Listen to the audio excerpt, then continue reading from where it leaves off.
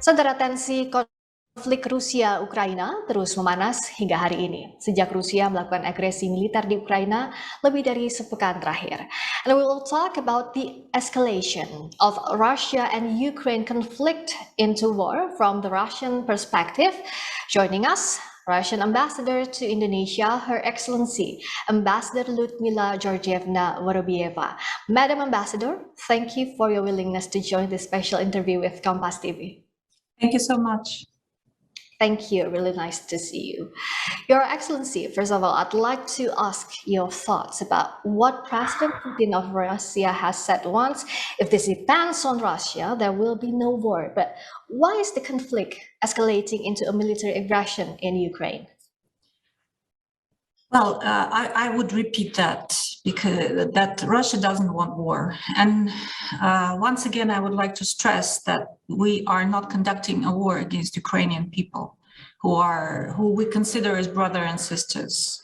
We're of the same culture, we are of the same roots, we are even related closely. There are mixed marriages, many Ukrainians are living in Russia, and around 40% of Ukrainian population are ethnic Russians or people who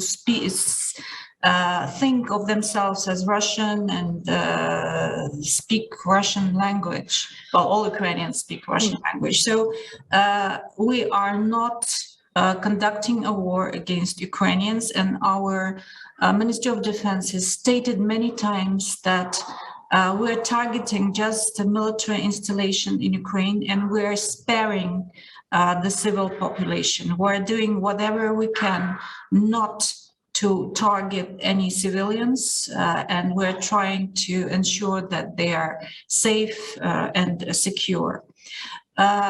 You cannot understand what is happening now without looking at the background, at the history of what has been happening on. And of course, the root cause of this crisis, it's the years-long sabotage by Kiev of the so-called Minsk agreements package.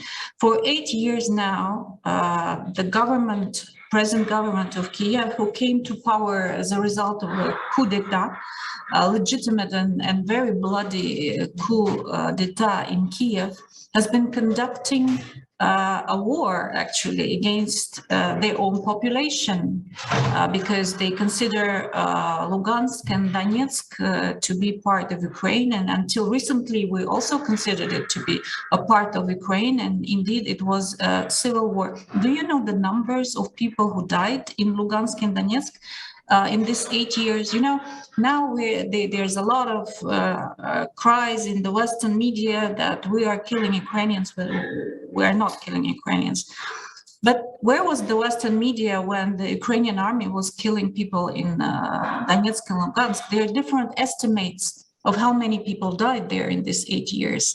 The lowest one is 2,500, the highest one is 16,000. But anyway, it means that every single day, people were dying there. And the Ukrainian armed forces were shelling the civilian infrastructure, schools, hospitals, bridges, etc., etc. So that lasted for too long. I would also like to stress that Russia, these 8 years, tried to find a peaceful solution of this conflict, a diplomatic way to solve it. For 8 years, we've initiated the Minsk agreements, which provided a clear way to solve this conflict inside Ukraine, because at that time it was a civil war between Ukrainians, actually, because the people of Lugansk and Donetsk, they were Ukrainian nationals, considered by Kiev as such. So, the agreements that were signed with the support of the Western powers and Russia, of course, provided the way to find a solution. For instance, to, first of all, stop the armed military conflict there, and to provide Donetsk and Lugansk with a special autonomous status. Kiev signed these agreements. They committed, but they didn't do anything. And we were always accused, Russia was always accused that we don't fulfill the Minsk agreements while we were not part of the Minsk agreements. So for 8 years, we have been pushing Kiev to commit to their obligations under the Minsk agreements. We were talking to our Western partners in order for them to push Kiev to commit to this obligation, but nothing happened. People continued to die in these regions. The war was going on. And meanwhile, after 2014, the West was turning Ukraine and its puppet government into what our president called an anti-Russia. They pumped military equipment into Ukraine. They trained their armed forces. They brainwashed Ukrainians in believing that Russia is their enemy. They supported the Nazi ideology that is very widespread in Ukraine and supported by the government. If you think about it, how could it be really, that Nazi ideology, which was the ideology of Nazi Germany during World War II, is condemned all over the world and is banned in Europe, in Russia, in the United States. And in Ukraine, the government supported it, and the West turned a blind eye to that. But it's not only ideology, it was a physical threat to all Russians living in Ukraine. Just for speaking Russian, you could have been beaten up or thrown out from your working place. And we know many cases, hundreds or even 1,000 cases like that. So Ukraine was turned into a political and military instrument against Russia. And if you look even longer back, you know that we, after the collapse of the Soviet Union, we agreed with the Western powers that NATO will not expand eastward to our borders. Our leaders then actually suggested that there would be a written agreement that NATO will not expand. Why should NATO expand? There were no more ideological differences between Russia and the West. We were not considered as enemy. So why would NATO expand? So our leaders proposed to have an agreement, but the Western leaders said, no, you just believe us. Just take us your word. Our word for that. We believed them, they lied. From 1999 to 2020, there were 5 rounds of expansions of NATO towards Russia. And if people don't understand why we were so much against it, you need to consider that NATO is not a defense pact. It's quite an aggressive pact.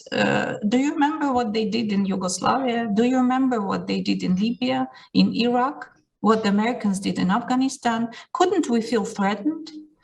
But we were, just trying to use diplomatic efforts and means, trying to convince them to also to fulfill their obligation. It never happened. But as our president put it, we have our red lines, and the red lines is for Ukraine becoming a member of NATO. We have a long border with Ukraine. If the NATO defense, I can say defense, military infrastructure comes to Ukraine, it will be right at our borders with this country. And it's a direct threat to the security of the Russian Federation. And again, for this 8 years, NATO, led by the US, were turning Ukraine into a political and military instrument to attack Russia in all possible ways.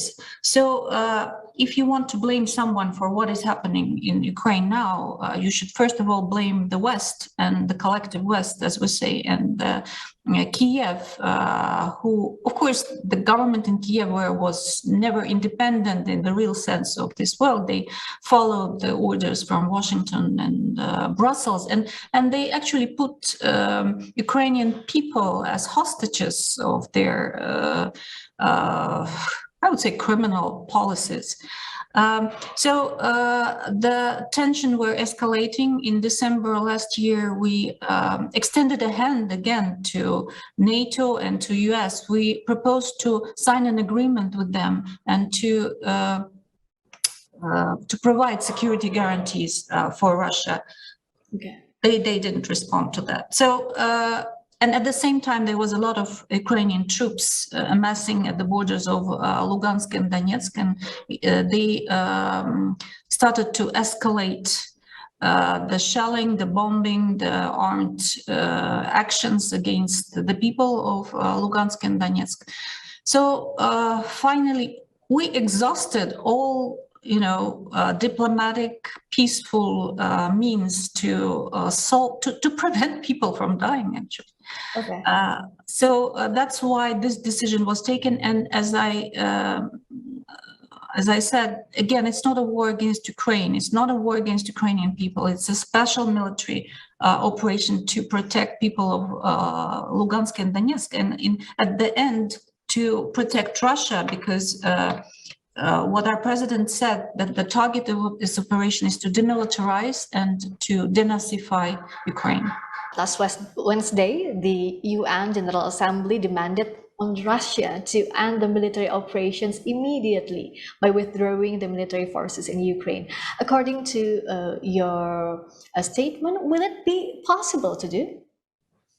Well, we really hope that the military operation will be ended as soon as possible, because we don't want people to suffer. It's the least of our intention. But it will possible to end it only if our target is achieved, be it by diplomatic ways. We're engaged with talks with the Ukrainian side, or with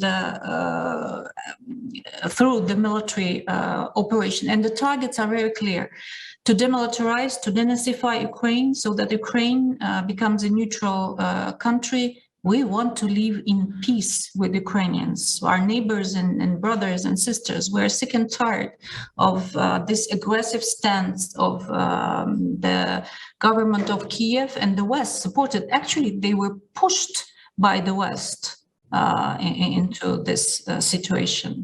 As for the General Assembly resolution, we, of course, there's a lot of pressure from our Western, so to say, partners on other countries. We know that this happened. They did everything they could to make the countries vote as they did. But also, I understand very well the emotional reaction of a normal person to the word war. You don't want war. Not a single normal person would want war. And the West is playing on these sentiments because for many countries who are not very much involved into European politics, they really don't understand what was happening during this. And of course, all the information about what was happening in Lugansk and Donetsk was blocked from the Western mainstream media. So again, we really hope that the operation will end soon, that the civilian population in Ukraine will not suffer. About the talks between two countries, the second round of Russia and Ukraine talk ended with neither breakthrough nor ceasefire agreement. So will the peace agreement still possible to do? And what condition that will end the military operation in Ukraine? Well, I don't have the details of the talks, but I wouldn't say that they were useless or hopeless, because the parties agreed to have a third round of talks. And they will start early next week, according to the statement given by the delegations. And the details are not disclosed, but again, from the statements from the delegation, there were some points identified that could serve as a basis for finding solutions to this crisis. And also the topic of the talks is actually the ceasefire. So the talks will be going on. As our minister said, we are quite sure that we will find a solution to this crisis. But speaking about the destruction of a number of public facilities in Ukraine, such as apartments, schools, hospitals, and others, we'd like to clarify, is it true that Russia also targeting and expanding the operation to civilians or not? No, it's absolutely not true. If you have followed the statements by our Ministry of Defense, we are not targeting civilians and civilian infrastructure. In any city that is surrounded by the troops of Lugansk and Donetsk republics or Russian armed forces, there's always a humanitarian passage open for all those who want to get away, that they could do so in a safe way. If you look at what is terrible, actually, all this fake information in the media, when they show the images of what Ukrainian army did in Lugansk and Donetsk, and they were hitting the civilian infrastructure, and they say it is the Russian army, results of the Russian armed actions in Ukraine. So this is a total. It's not even an information war against Russia. It's a information terrorism against Russia. When there was targets in Kiev hit by the precise, we call it precise with the precise strokes of Russian arms, all the civilians living around this installations were told in advance not to stay near these places. And we are not bombing civilian installations. It's so cynical when those people who bombed Yugoslavia in 1999 for 78 days, bombing civilians, bombing schools, bombing hospitals, with carpet bombings, using bombs with depleted uranium, which cause not only death, but in a long run, they cause cancer in the population. Now they're saying that we are doing something barbaric in Ukraine. It's so cynical, and it's absolutely untrue. And about today, the US, EU, UK, and many other countries have imposed economic sanctions. Most recently, some Russian banks were removed from the international financial system, SWIFT. Thus, the transactions became more difficult. So how did Russia handle this situation? Well, first of all, I would like to say it's an absolutely hysterical response from the West. It's as also our minister put it, they just lost control. Have you, also, do you remember what NATO did in Iraq? Do you remember what NATO did in Libya? They destroyed the country. Hundreds of thousands of people were killed in Iraq, in Libya, in Afghanistan. They tried to do it in Syria. Where were this hysterical reaction by the international community? I'm not telling that we want to follow these very bad examples, but still. So this reaction is absolutely hysterical. Our economy is quite resilient. I will not say that it doesn't hurt. Of course it hurts. And of course it doesn't make life of people better, but they are also in this hysterical reaction. They are shooting themselves in the leg, because Russia is a part of the global economy. We are supplying we're supplying oil and gas to Europe. You see what is happening with the oil and gas prices right now. I can tell you it's not the first time that they are imposing sanctions against us. It started in 2014. Our economy has adapted. Of course, we would wish to avoid that, but I really hope that finally,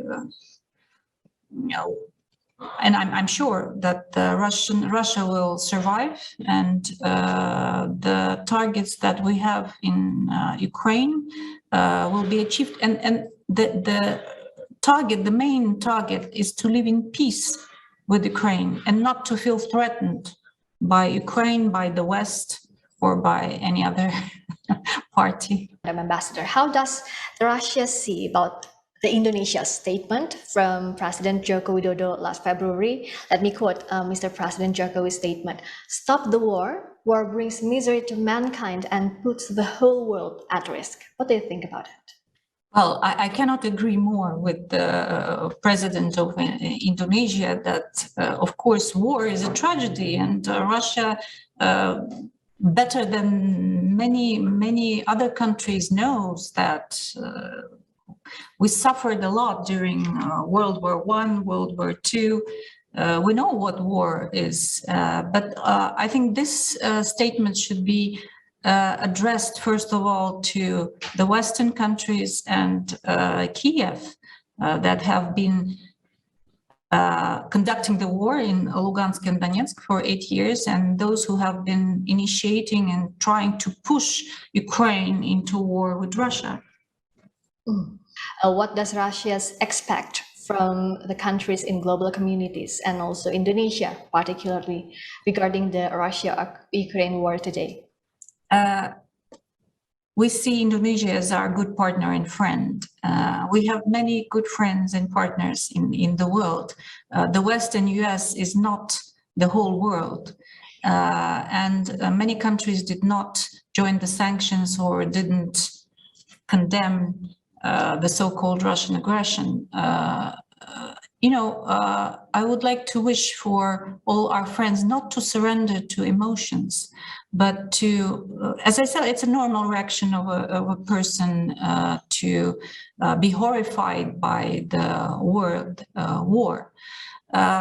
But I would like people to know what was behind these actions of the Russian Federation, and to understand that we don't want war.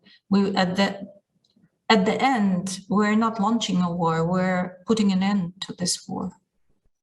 Is the aggression, today's aggression, is the only way to solve the tension? And when will the military operation or Russia-Ukraine war end? It's not an aggression, it's a response to aggressive actions of Kiev and the West. And I'm not the military expert, I cannot tell you when exactly it will end, but our hope, and that's the hope of the Russian leadership, Russian government, Russian people, that it will end as soon as possible. And that there will be minimum casualties among Ukrainians. Actually, the term collateral damage, if you remember, was not invented by Russia. It was invented by the US, that conducted, how many? 27, to use this term, aggressions against sovereign country after World War II. So, but not unless we achieve our target of having peaceful, demilitarized, and denazified Ukraine. Madam Ambassador, really hope the conflict will be resolved as soon as possible to prevent more casualties, to prevent more victims in this war. Your Excellency, thank you so much for sharing the Russian point of view in this special interview with KompasTV. Russian Ambassador to Indonesia, Her Excellency Ambassador Lyudmila Georgievna Vorobyeva. Thank you. Thank you so much.